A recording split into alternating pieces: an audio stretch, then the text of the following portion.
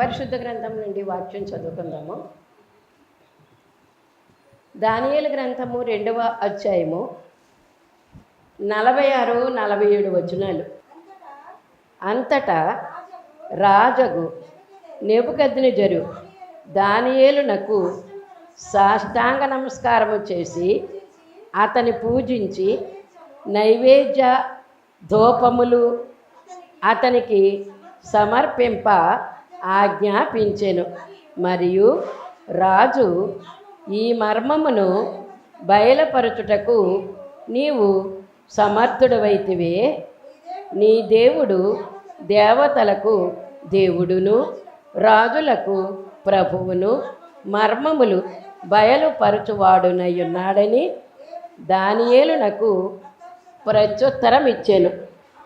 అప్పుడు రాజు దానియేలును బహుగా హెచ్చించి అనేక గొప్ప దానములిచ్చి అతనిని బబులోను సంస్థానమంతటి మీద అధిపతినిగాను బబులోను జ్ఞానులందరిలో ప్రధానునిగాను నియమించెను. దేవుడు తన పరిశుద్ధ వాక్యమును దీవించును గాక. ఆమేన్. చిన్న ప్రార్థన. మమ్మల్ని మిక్కిలిగా ప్రేమించిన మా దేవ, మీ ఘనమైన నామన కోటాను కోట్ల కృతజ్ఞతాస్తుతులు స్తోత్రములు తండ్రి. కార్యక్రమం అంతటి చొప్పున మీకు కీర్తి కలుగునట్లుగా మాకు మేలు కలుగునట్లుగా ఇక్కడ విషయములన్నింటినీ దీవించినందుకు మీకు స్తుతులు కృతజ్ఞతలు. వాక్యము చదవబడి ఉన్నది, వాక్యం మీరై ఉన్నారు, మేము నీ వారమై ఉన్నాము తండ్రి. స్తోత్రములు. స్థలమును శుద్ధీకరించి సంఘమును శుద్ధీకరించి ఈ సమయాన్ని శుద్ధీకరించి నాయన యొక్క వాక్యము శుద్ధీకరించబడినటువంటిది. వాక్యం మీరై ఉన్నారు, ఎవరో శుద్ధీకరించనక్కరలేదు తండ్రి. మీరే అన్నిటినీ శుద్ధీకరించేటువంటి సర్వశక్తిమంతుడివై ఉన్నావు తండ్రి. నీకు వందనములు. ఈ వాక్యము నుండి ఏ వర్తమానం మాకు అవసరమైనదో అది మాకు అందించి అందుకోవడానికి మమ్మల్ని సిద్ధంగా ఉంచి నీ యొక్క పరిశుద్ధమైనటువంటి నాయన హస్తములలో మమ్మల్ని దాచి కాచి నీ పరిశుద్ధాత్మ చేత మమ్మల్ని మరుగు చేసి ఈ వాక్యం వినుటకు గాను సిద్ధపడి ఉంటకు సహాయం చేయమని మాతో ఉండి నడిపిస్తూ ఉన్న యేసు అతి పరిశుద్ధ నామమున మిక్కిలి వినమితో బ్రతిమలాడి వేడుకొంచున్నాం పరమ తండ్రి. ఆమేన్. మనోవిచారం అనేటువంటి పాటలో ఉంటుంది, మరుగున పడి ఉంటాయి మధ్యలో ఉన్నటువంటివి. ఈ యొక్క మనోవిచారం అనేటువంటి పాట మొట్టమొదటి పాడతాం భాగము, లాస్ట్ నేమో బైబిల్ మిషన్ గురించి ఉంటుంది కాబట్టి అది తప్పనిసరిగా పాడతాం. మధ్యలో ఉన్నటువంటి వచనాలు చాలామంది చరణాలు పాడలేరు. కానీ మన సంఘంలో 3వ మంగళవారము జీవజలాల ప్రార్థన అప్పుడు ఈ పాటను పూర్తిగా మన అయ్యగారు మన చేత పాడిస్తూ ఉంటారు, సంఘం అందరి చేత కూడా పాడిస్తూ ఉంటారు. ఈ మనోవిచారం అనేటువంటి పాటలో మరి 71వ చరణం. ఎన్ని చరణాలు ఉన్నాయో తెలుసా మీకు? 136 చరణాలు. సుదీర్ఘమైనటువంటి పాట. అసలు ఈ పాటలన్నీ కూడా ఎంత జ్ఞానయుక్తముగా దైవజనులు రాశారు. మన తండ్రి గారు మన కోసం రాసిపెట్టి దాచిపెట్టి ఉంచారని మనం అర్థం చేసుకోవాలి. అందులో ఉన్నటువంటి ప్రతి అక్షరము కూడా ఎంతో విలువైనటువంటి వర్తమానాన్ని మనకి అందిస్తూ ఉంటుందని కూడా గుర్తు చేసుకోవాలి మనము. కనుక బైబిల్లో అతి సుదీర్ఘమైనటువంటి అధ్యాయం ఒకటి ఉంది, 119వ కీర్తన. 119వ కీర్తనలో 22 భాగాలు ఉంటాయి. 22 భాగాలు కలిసి ఒకే ఒక్క కీర్తన, 119వ కీర్తన. ఆ 119వ కీర్తనలో ధర్మశాస్త్రమును గురించి, కట్టడలను గురించి రాశారు దావీదు గారు. అయితే ఇప్పుడు మనము 136 చరణాలు కలిగినటువంటి ఈ యొక్క కీర్తనలో మరి 71వ చరణము మీరు తీసుకోగలిగితే తీసుకోండి. ఎన్నో చరణం ఇది? 71వ చరణం పాడుతున్నాను నేను.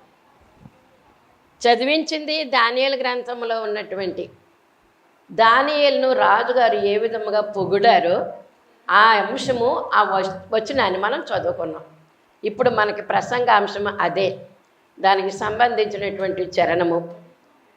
నాయందతిశాయించు మప్పుడు నాకు మహిమ నీకు మేలు, నాయందతిశాయించు మప్పుడు నాకు మహిమా నీకు మేలు, నీ అందతిశాయించిన ఎడల, నీ అందతిశాయించిన ఎడల, నీకు కీడు నాకవమానము, మనోవిచారము కూడదు నీకు, మహిమ తలంపులే కావలెను.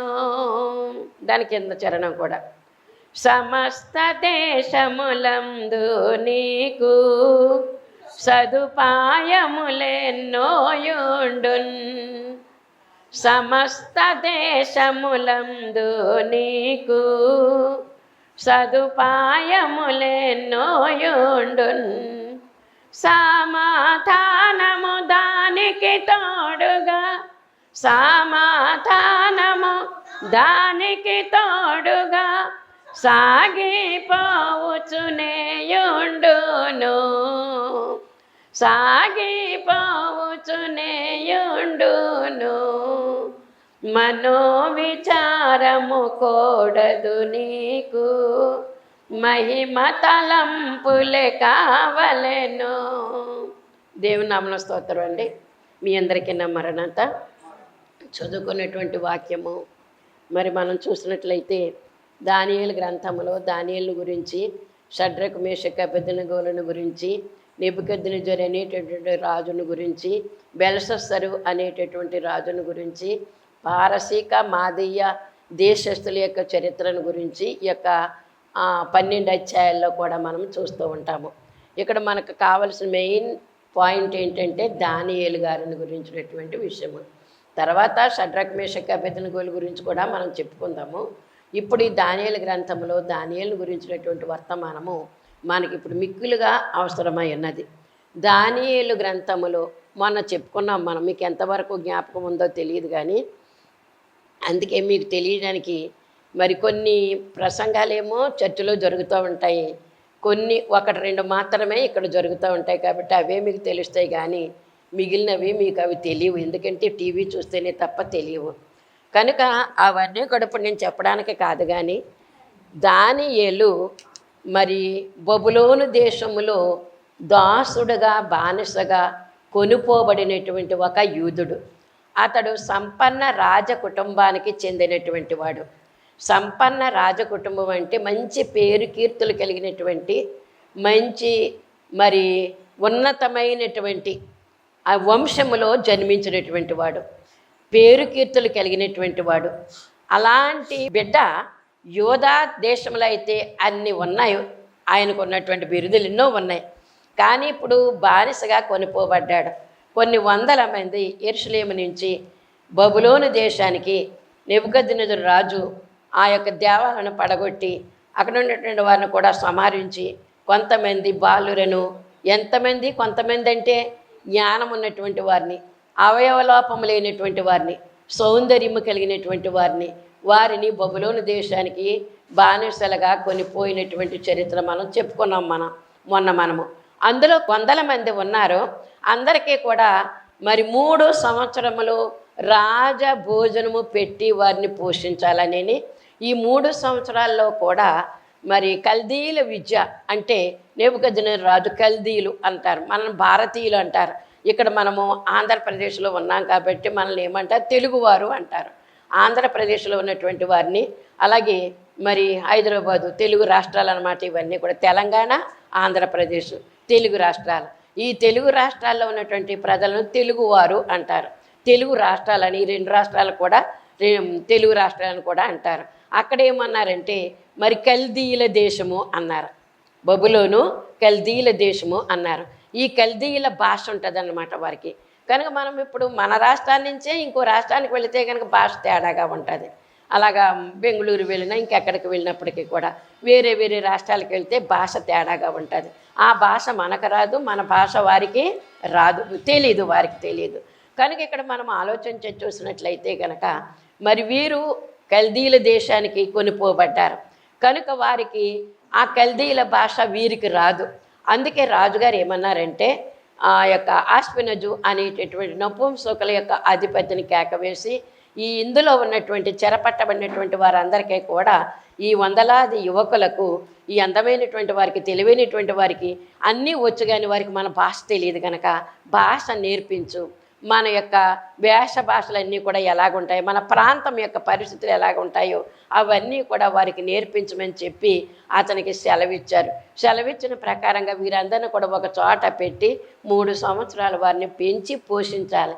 వారికి విద్య నేర్పించాలి, వారికి భాష నేర్పించాలి, విద్యలు నేర్పించాలి.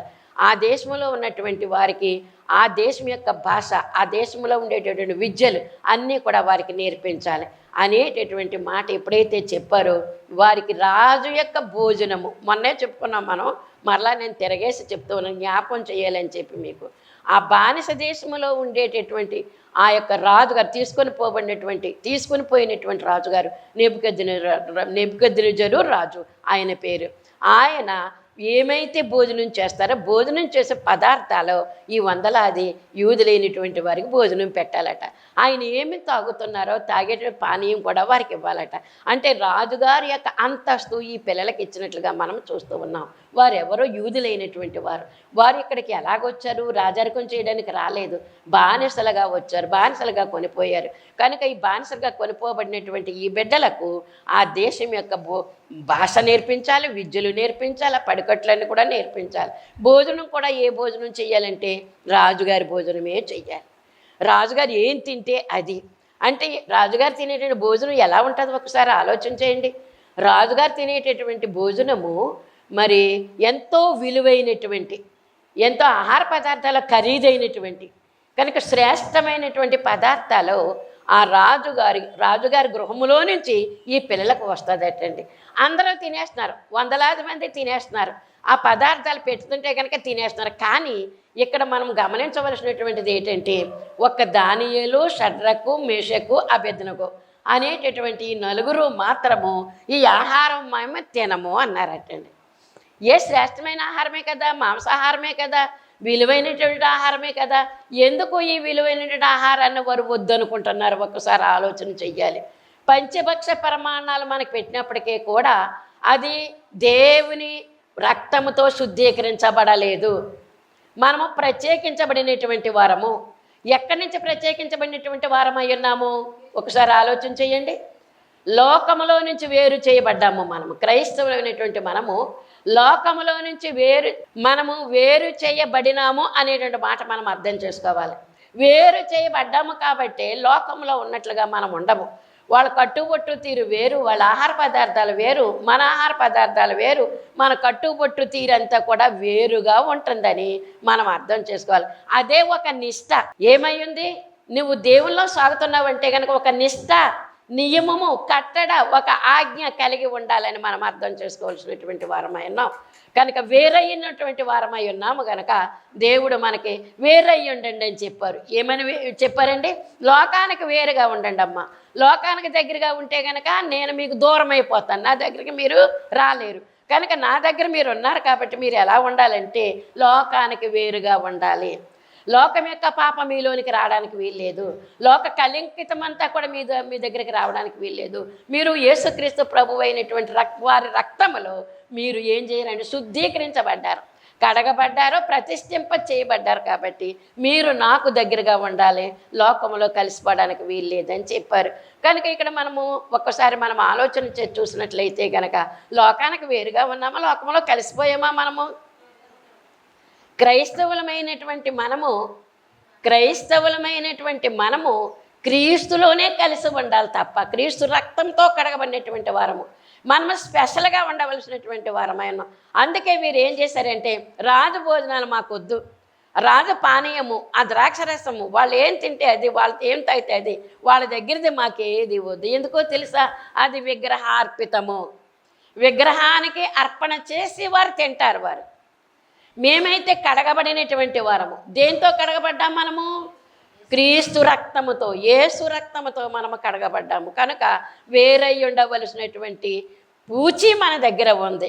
ప్రభుతో మనం సంభాషణ చేసుకున్నాం, తీర్మానం చేసుకున్నాం కాబట్టి ప్రభుతోటే ఉండాలి. ప్రభు యొక్క నోట్లోంచి వచ్చినటువంటి మాట ప్రకారంగానే మనం జీవించాలి. ఆయన ఏమైతే ఆజ్ఞలు ఇచ్చారో ఆజ్ఞల ప్రకారముగా ఆయన ముఖ్యంగా ఏం చెప్పారంటే విగ్రహములకు దూరముగా ఉండండి. ఏమని చెప్పారు? విగ్రహములకు దూరంగా ఉండండి. విగ్రహము అంటే మనకు అడ్డొచ్చేసేది అన్నట్టండి. అది విగ్రహము. అందులో మానవుడు తయారు చేసుకుంటాడు విగ్రహాన్ని. ఎవరు తయారు చేస్తారు? తన చేతులతో తను తయారు చేసుకుంటాడు. అది బంగారమో, మట్టో, వెండో, రాగో, ఏదో ఒక లోహముతో, లేకపోతే ఏదో ఒక కర్రతో, ఏదో ఒక దానితో, ఈ లోకంలో ఉండేటటువంటి వస్తువుతోనే అతడు ఏం చేస్తాడు, మానవుడు ఏం చేస్తాడంటే దేవుణ్ణి నిర్మాణం చేసుకుని నువ్వే నా దేవుడు అంటారు. ఒక చెట్టు ఉందండి, చెట్టులో నుంచి ఒక కర్ర వస్తుందండి. ఆ కర్రనే దేవుడిగా చేసుకుని ఏం చేస్తున్నారంటే పూజలు చేసుకుంటూ ఉన్నారు, నువ్వు మా దేవుడు అని. కానీ దేవుడు మనల్ని కలుగు చేశాడు తప్ప మానవుడు దేవుణ్ణి కలుగు చేయలేదు. ఆ యొక్క దృష్టి మనకి ఎప్పుడైతే వచ్చిందో నిజంగా ఇది లోకంలో ఉన్నటువంటి, చూడండి ఆ చెట్టులో ఉన్నటువంటి ఆ కర్రని ఒక విగ్రహం చేసుకుని దేవుడిగా పెట్టుకుంటారా, ఆ కర్రని ఒక కుర్చీ చేస్తారట, ఆ కర్రని ఒక బల్ల చేస్తారంట, ఆ కర్రని పొయ్యిలో పెడతారంట, ఆ కర్రని ఒక పాము చచ్చిపోయిందని ఒక చెడు ఉన్న ఆ కర్రతోటే దాన్ని తీసి అవతల పాడేస్తారట. దానికి ఏమన్నా మరి విలువ ఉన్నదా చెప్పండి ఒకసారి. కనుక ఆఖరితోటి అన్నీ చేస్తాం. కానీ దేవుడితో నువ్వేమైనా చెలగాటాలాడటానికి అవకాశం కలుగుతుందా? దేవుడి దగ్గరికి మనం వెళ్ళగలుగుతామా? ఆయన మహిమ మనం చూడగలుగుతామా? చూడలేము. ఎందుకంటే ఆయన సర్వ పరిశుద్ధుడై ఉన్నాడు, సర్వాన్ని కలుగు చేసినటువంటి దేవుడైనాడు. ఆ దేవుని యొక్క గుణగణాలే ఇప్పుడు వీరందరూ కూడా పాటించారు. ఎవరో వీరందరూ అంటే వందలాది మంది వెళ్ళారు, వాళ్ళందరూ కూడా పాటించలేదు. వారిలో వేరైనటువంటి వారు, వారిలో నుంచి వేరైనటువంటి, అందుకే లోకానికి వేరుగా మనం ఉండాలి, లోకానికి బోధించే వరముగా మనం ఉండాలి. మన కట్టుబొట్టు, మన వేషధారణ అంతా కూడా, మన భాష, మన నోటి భాష కూడా మృదువుగా ఉండాలట. మన మాట ఎలాగ ఉండాలి? మృదువైనటువంటి మాట. కొన్ని కొన్ని కొన్ని మాటలు ఎలా ఉంటాయండి, నోట్లోంచి కత్తులు బయలుదేరినట్లుగా ఉంటాయండి. సామెతల గ్రంథంలో కత్తులు అంటే ఏంటి? ఒక మాట అన్నారంటే కనుక కత్తితో పొడిసినంత భారముగా ఉంటుంది మనకి. కనుక ఆ మాట కత్తిపోటైనా నయమవుతుందేమో కానీ ఆ మాట వలన మనం పడినటువంటి ఆ యొక్క బాధ మాత్రం ఎన్నటికీ పోదట అది మనకి. కనుక మనం ఒక్కసారి ఆలోచన చేసుకుంటే ఈ దానియేలు గురించి ఎందుకు దేవుడు మనకు సెలవిస్తూ ఉన్నాడో మనం అర్థం చేసుకోవాల్సినటువంటి వారమైనా. కనుక దానియేలు ప్రత్యేకించబడినటువంటి గుంపులో ఉన్నటువంటి వాడు, యోధా జనాంగంలో నుంచి వచ్చినటువంటి వాడు, యెరూషలేము నుంచి చెరపట్టబడి తీసుకుని రాబడినటువంటి వాడని మనము అర్థం చేసుకుందాం. అతడు నియమించినటువంటి నియమాలు ఏంటంటే, నేను పరిశుద్ధుడైనటువంటి దేవుని యొక్క బిడ్డను నేను కనుక నేను ఈ లోకంలో ఉన్నటువంటి అపవిత్రమైన దాన్ని నేను ముట్టుకోను. ఉందా మీకు ఎప్పుడైనా అలా ముట్టుకోను అనేటువంటి ఆలోచన మీకు ఉందా? లేకపోతే వాళ్ళు పెట్టేది వీళ్ళు పెట్టేది కూడా తినేస్తున్నామా మనము? ఒకసారి చెప్పండి నాకు. మీరు ఎలా ఉంటున్నారు? లోకంలో వేరుగా జీవిస్తున్నారా లేదా? ప్రత్యేకించబడినటువంటి వారం, వేర్పడినటువంటి వారం, ఏర్పాటు చేయబడినటువంటి వారం, పిలువబడినటువంటి వారం. దేవుని చేత మనం ఏం చేయబడ్డాము? పిలువబడ్డాము. కనుక ఆయన మాటకు లోబడి బాప్తిసం తీసుకోగలిగాము, ఆయన మాటకు లోబడి ఆయన సంఘంలో సభ్యులుగా ఉన్నాము. ఇది మనం గుర్తించవలసినటువంటి విషయమని మనం తెలుసుకోవలసినటువంటి వారమైన. కనుక ఇక్కడ మనం చూసినట్లయితే ఎవరి యందు ఆనందించాలటండి? నాయందతిశాయి అందరకు ఉద్దేశించిన రక్షణ అందింతువది నీకు జయము. రక్షణ ఎవరి కొరకటండి? నీ కొరకే కాదు, నా కొరకే కాదు, ఇది అందరి కొరకును. కానీ అయితే ఎవరైతే దేవుని పిలుపుని చేత పట్టుకోగలుగుతారో వారి కోసమే ఈ రక్షణ అన్నమాట అండి. అందరికీనే ముందు ఉద్దేశించారు. యేసు ప్రభు యొక్క రక్షణ అందరికీనే. యేసు ప్రభు అందరికీ రక్షకుడే. అయితే ఎవరు స్వీకరించగలుగుతారో వారికే అది అని గ్రహించుకోవాలి. గ్రహించుకున్నాం కాబట్టి మనకి ఎంత చదువు లేకపోయినప్పటికీ కూడా, విద్య లేకపోయినప్పుడు కూడా యేసు ప్రభు నా సొంత రక్షకుడని మాత్రము తెలుసుకోగలిగాము.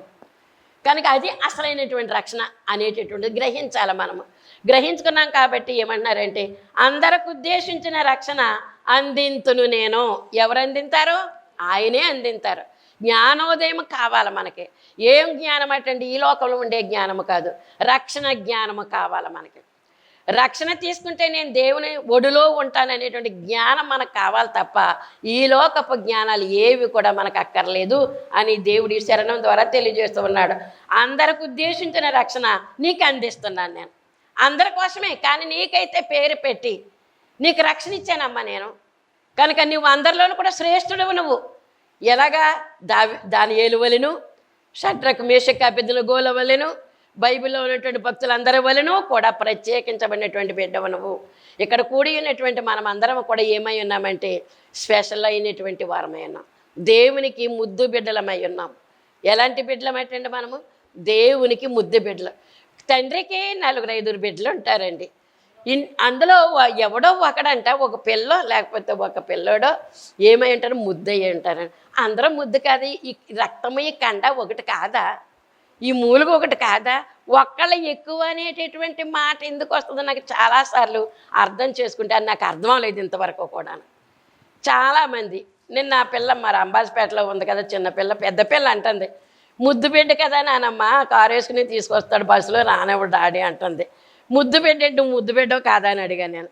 ఎవరు మట్టుకు వాళ్ళమే ముద్దు బిడ్డలము దేవునికి.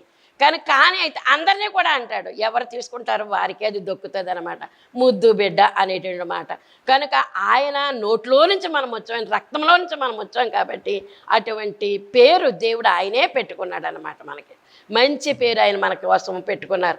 అందుకే అందరికి ఉద్దేశించిన రక్షణ అందింతూ అది నీకు జయము. ఈ రక్షణ తీసుకున్న వారు అందరికీ కూడా ఏముందటండి? జయ జీవితము ఉంది. ఒకసారి ఆలోచన చేయండి. నేను దేవుళ్ళలోనికి వచ్చాను, ఎన్నో కష్టాలు పడుతున్నాను, ఎన్నో అనారోగ్యాలు. మరి మొన్న పెద్దపూడిలో మరి కృతజ్ఞత కూడికకు వెళ్ళాము. అక్కడ ఒక ఆవిడ అన్నారు, నేను 3వ క్లాస్ నుంచి కూడా మిషనరీ స్కూల్లో చదువుకున్నానమ్మా. మిషనరీ స్కూల్లో చదువుకున్న యేసుప్రభువే తప్ప నాకు ఇంకే దేవుడు తెలియదమ్మా అని అన్నది ఆవిడ. అని తనకు వచ్చినటువంటి బాధల గురించి చెప్తుంది. ఏమనంటే నాకు అన్నీ బాధలేనమ్మ, నా కొడుకు బాధలే, నాకు అన్నీ బాధలే అని చెప్పి అంటుంది. బాధలు ఉన్నాయి కాబట్టినమ్మా యేసుప్రభువులు నిలబడగలిగావు నువ్వు, లేకపోతే కనుక నిలబడలేవు, నువ్వు లోకంలో కలిసిపోదువు నువ్వు. కనుక ఎంత చిన్నతనం నుంచి కాదు, మధ్యలో నుంచి కాదు, ఎప్పుడు వచ్చినప్పటికీ కూడా యేసుక్రీస్తు ప్రభువు నా సొంత రక్షకుడని ఎప్పుడైతే మనం నమ్ముకున్నామో ఆ నమ్మిక ప్రకారంగా మనకి ఏం కలుగుతుందట? జయము జయము జయము. అది మర్చిపోవడానికి వీల్లేదు. అందరికి ఉద్దేశించిన రక్షణే ఇది. ఈ రక్షణ ప్రతి వారి కోసము. కానీ ఎవరైతే ముద్దు బిడ్డలై ఉన్నారో వారిని పిలుచుకుంటున్నాడు దేవుడు, వారినే తన దగ్గరికి రప్పించుకుంటున్నాడు దేవుడు. అందుకేమన్నారని అందరికి ఉద్దేశించిన రక్షణ అందింతును అది నీకు జయము. అందరికి ఉద్దేశించిన రక్షణ దేవుడు మనకు అందించాడట. మనకు అందించిన రక్షణ నువ్వు నేను కూడా ఏం చేయాలి? ఇతరులకు అందించాలి. అలా ఉన్నామా మనము? అందించాలి. మనకు తెలిసిన విషయాన్ని ఇతరులకు అందించేటటువంటి ఒక గొప్ప లక్షణము కలిగి ఉండాలన్నమాట. నా తండ్రి నాకు ఇచ్చిన రక్షణ, ఇదిగో ఒకప్పుడు నాకు ఇన్ని బాధల్లో ఉన్నాను, నాకు తండ్రి నాకు రక్షణ ఇచ్చాడు, మీకు కూడా ఈ రక్షణ కావాలి కాబట్టి మీరు ఇంకా లోకంలో కలిసిపోకండి అమ్మా అని వాళ్ళందరికీ కూడా మనం ఏం చేయాలంటే రక్షణ సందేశాన్ని మనము అందించవలసినటువంటి వారమైనా. అప్పుడు మనము దేవుని బిడ్డలముగా ఉంటాం. అప్పుడు మనం ఎలాగుంటాము? దేవుని బిడ్డలము. నా తండ్రి పక్షంగా నేను వాదించవలసినటువంటి దానాన్ని నేను, నీ తండ్రి పక్షంగా నువ్వు వాదించవలసినటువంటి నీ తండ్రి లక్షణాలు, నీ తండ్రి గొప్పతనం నువ్వు చెప్తావు. కానీ నాకు తెలుస్తుందా అది? నీ తండ్రి ఎవరో నాకు తెలుసా? నా తండ్రి ఎవరో నీకు తెలుసా? తెలియదు. కనుక నా తండ్రి యొక్క లక్షణాలు, నా తండ్రి యొక్క ఉద్దేశాలు ఏంటో, ఆయన ఎలాగ నన్ను కొనుక్కున్నాడో, ఎలా పెంచాడో అనేటటువంటిది నాది నాకు తెలుసు. అందుచేత నా తండ్రి యొక్క ఉద్దేశం నేను చెప్పకపోతే మీకు అది తెలియదు. కనుక నా తండ్రి యేసుక్రీస్తు ప్రభువారు నా స్వంత రక్షకుడు, ఆయన గురించి నాకు తెలిసినటువంటి విషయాన్ని మీకు నేను తెలియజేస్తున్నానని చెప్పినటువంటి మాట. ఆయనేమో మనకు ఆ రక్షణ వాక్యాన్ని అందించారు. ఆ రక్షణ వాక్యాన్ని మనం ఏం చేస్తున్నామంటే ఇతరులకు అందిస్తూ ఉన్నాం. ఈ గొప్ప వాక్యాన్ని మనం పట్టుకోవాలి. మనం ఏం చేయాలి? ఆ రక్షణ మనకి అందించాడు దేవుడు. దయగలిగి మనల్ని పిలుచుకుని ముద్దు బిడ్డగా చేసుకుని రక్షణ భాగ్యం ఇచ్చి నువ్వు నా బిడ్డవే అన్నారు, నా పిల్లవి నువ్వు అన్నారు. అంచేత అలాగ అన్నటువంటి రక్షణ వాక్యాన్ని నువ్వు నేను ఏం చేయాలంటే చేత పట్టుకొని ఇతరులకు అందించడమే నీకు జయమట. అది ఇప్పుడు మనకు జరుగుతున్నటువంటి పరిస్థితి. ఒక విశ్వాస కాదు, ఒక సందేశీ కాదు, ఒక సేవకురాలు కాదు, ఒక సేవకుడు కాదు, ఎవరైనప్పటికీ కూడా ప్రభు యొక్క వాక్యాన్ని మనం పొందాం కాబట్టి ఇతరులకు మనం అందిస్తే అది మనకి ఏమని రాస్తారు ఇందులోనూ? జయము.